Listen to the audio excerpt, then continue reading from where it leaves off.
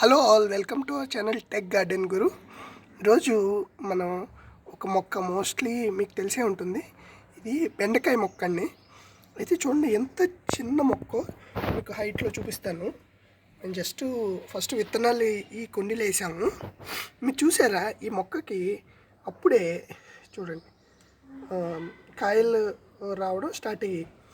దీన్ని యాక్చువల్గా ఏడాకుల బెండ అంటారంట.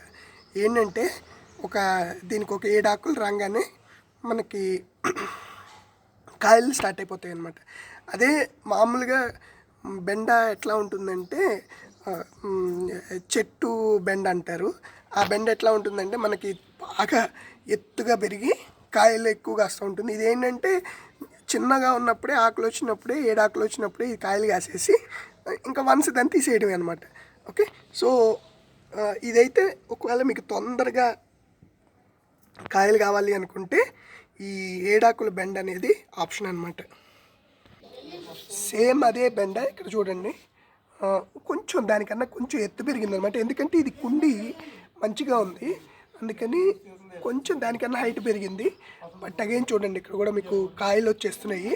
సో ఏడాకుల బెండ కనుక మీకు గమ్ముని కావాలనుకుంటే మీకు అవుట్పుట్ ఏడాకుల బెండ ట్రై చేయండి.